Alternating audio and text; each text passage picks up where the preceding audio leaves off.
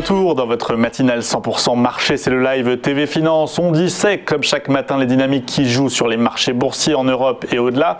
Une dynamique teintée de vert ce matin, un CAC 40 qui affiche une légère hausse un petit quart d'heure après l'ouverture. Et je vous propose à présent de prendre un peu de hauteur par rapport à cette séance du jour. Et à force de prendre de la hauteur, on y croise, on se rapproche des étoiles.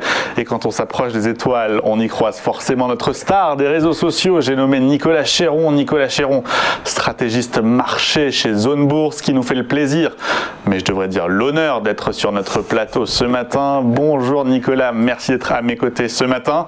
Bonjour. Pas trop pesant ce statut d'icône des réseaux sociaux dès qu'on en vient à parler des marchés financiers.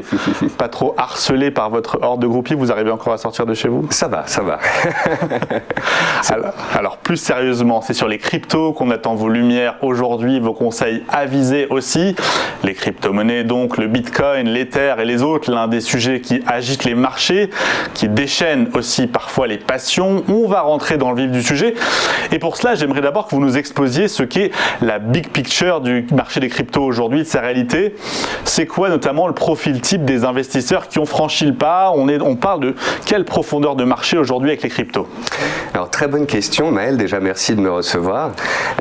Très bonne question effectivement, puisque je pense que les clients, les investisseurs, les traders qui s'intéressent aux cryptos, eh bien ont vraiment évolué ces dernières années.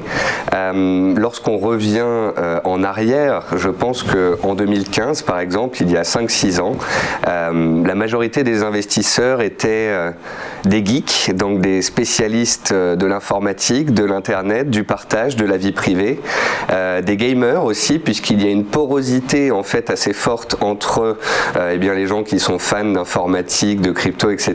et de toute cette communauté de jeunes qui jouent en ligne. Et je pense qu'à l'époque, il y a encore 5 ans, on avait quelques investisseurs avisés, curieux peut-être de cette nouvelle classe d'actifs naissante, de cette volatilité et de tout type de projet qui était en train de se lancer. Donc je dirais qu'il y a 5 ans, voilà, on avait principalement des jeunes, des gens proches d'Internet, du milieu du jeu vidéo, des gens qui allaient comprendre un petit peu le concept de vie privée, de cryptographie et aussi de trading, puisque ce sont des gens qui sont plutôt connectés. Mais depuis ces 2-3 dernières années, il y a vraiment eu un changement d'ambiance. En fait, en 2017-2018, on a failli enterrer les cryptos. C'est-à-dire qu'en 2017, on a eu une hausse parabolique, une surmédiatisation, une entrée majeure du public. Et généralement, ces 3 critères sont les phénomènes d'une bulle.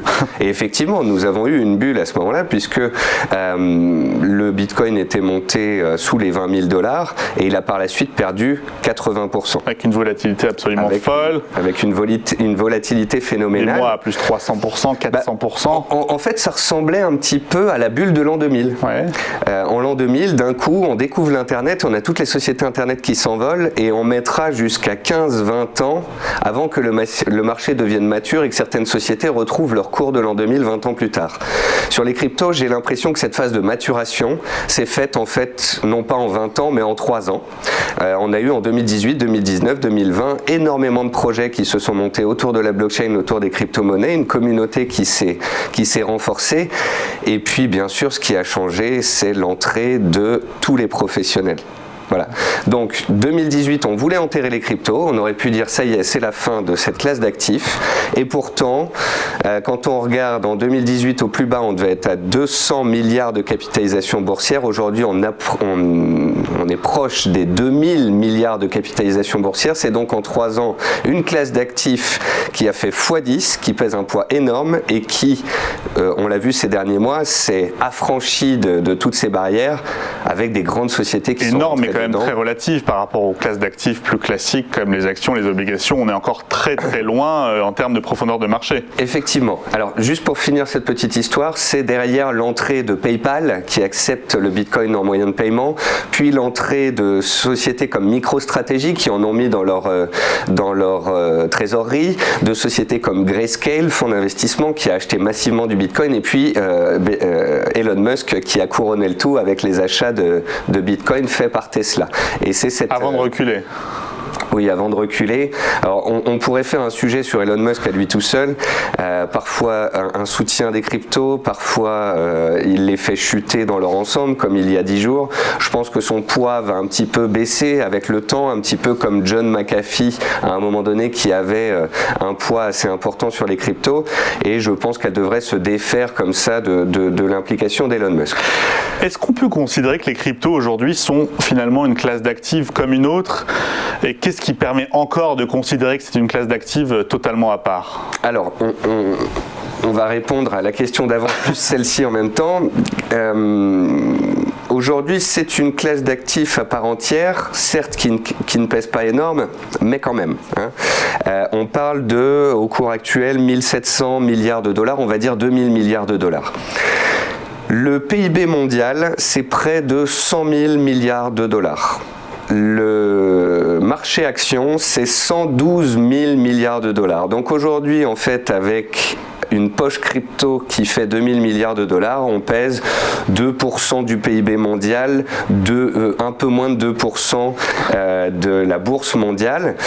Donc, c'est gros, 2000 milliards, tout en étant tout petit par rapport à, disons qu'on a le monde dans son ensemble avec son PIB, etc. Puis on a un monde qui est en train de se développer, de se dévoiler ces dernières années. C'est le monde du digital, cette digitalisation avec nos grands géants d'Internet cotés en bourse qui cartonnent, mais aussi avec maintenant toute la crypto qui rentre dans ce milieu. Alors voilà pour les grandes masses dans l'économie, la part relative des cryptos et par rapport aux actions notamment. Si on passe à son patrimoine, pour nos téléspectateurs, nos internautes qui nous regardent, qui nous écoutent, quelle est selon vous la part maximale ou au moins la part raisonnable qui doit être aujourd'hui allouée dans un patrimoine dans le monde de 2021 à ces cryptos? Plus que zéro, puisque certains auraient tendance à dire... du mal à être négatif. Ça vaut zéro, c'est de la crypto, j'en veux pas, et je peux le concevoir. Certaines personnes y sont réticentes, ont mis le doigt dedans et ont compris que ce n'était pas pour eux, ou autre. Mais pour tous les autres qui ont cette curiosité, je pense, nécessaire à tout investisseur dans sa vie d'investisseur, tout au long de sa vie d'investisseur, on continue d'apprendre et il faut absolument rester curieux. Donc il ne faut pas se dire « je sais que je n'en veux pas ». Pour ceux qui veulent de la crypto, ce qu'il y a, c'est qu'il faut regarder par rapport à une enveloppe globale. Moi, je travaille chez Zone Bourse, on est des spécialistes dans l'investissement action. Pour nous, le gros du patrimoine de notre investisseur, une fois qu'il a fait de l'immobilier ou non, doit être en action. Il doit être en action à moyen long terme, puisque un investisseur sur le marché action, lorsqu'il garde ses actions plus de 10-15 ans, a une probabilité de gain qui est extrême, alors que lorsqu'il fait du trading sur quelques semaines, il a une probabilité de perte extrême. Plus on allonge le temps, mieux c'est. Et dans sa partie action, il va avoir une partie spéculative, et dans cette partie spéculative, on peut mettre une part sur les cryptos. Oui, Nicolas, quel pourcentage? Alors ça dépend du profil évidemment de l'investisseur, mais s'il fallait donner un chiffre, un ordre de grandeur. Alors moi j'ai toujours dit que pour un investisseur dynamique, voilà, on pouvait aujourd'hui, fonction de son âge et de son appétence à la volatilité aux cryptos, avoir entre 0 et 10% de son capital en crypto. Pour un bon père de famille long terme qui n'en a pas l'habitude, 5%. Pour quelqu'un d'un peu plus au fait des choses, intéressé par les cryptos, 10%.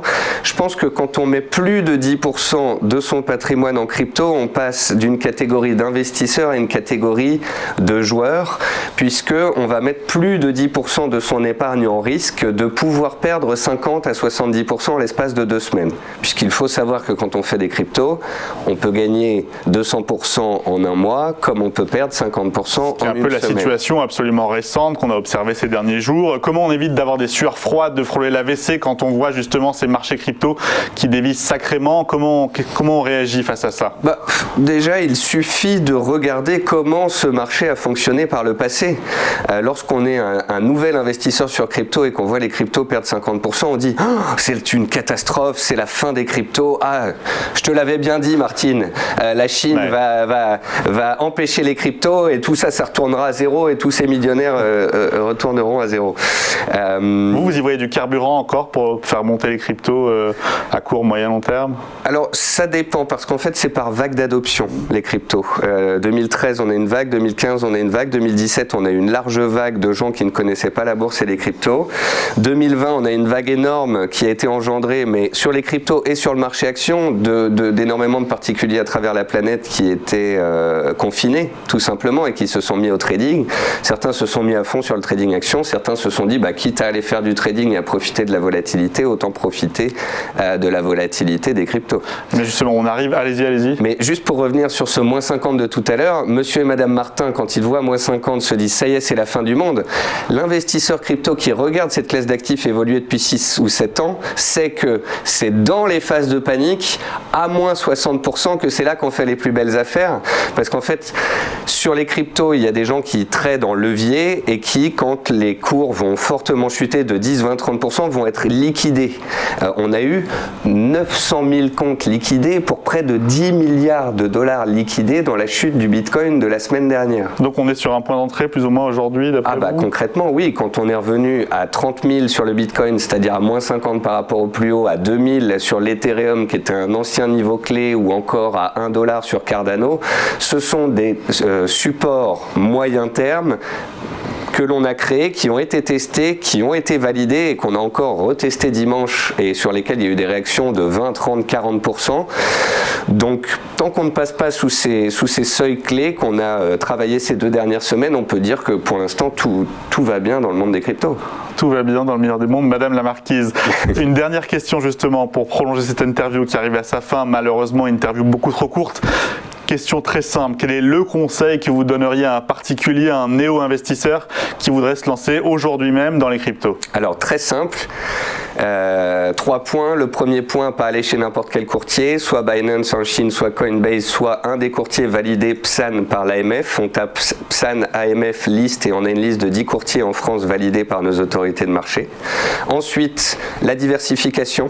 On prend 40% de Bitcoin, 30% d'Ethereum, puis sur les 30% restants, on peut prendre 2-3 petites altcoins et ça fait un panier diversifié.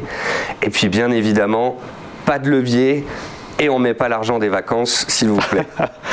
Eh bien, merci à vous Nicolas Chéron d'avoir été au rendez-vous de ce live ce matin. Nicolas Chéron, stratégiste marché saison de bourse le jour, accro à Twitter la nuit, je crois que c'est bien résumé comme ça. Merci encore, à très bientôt sur ce plateau.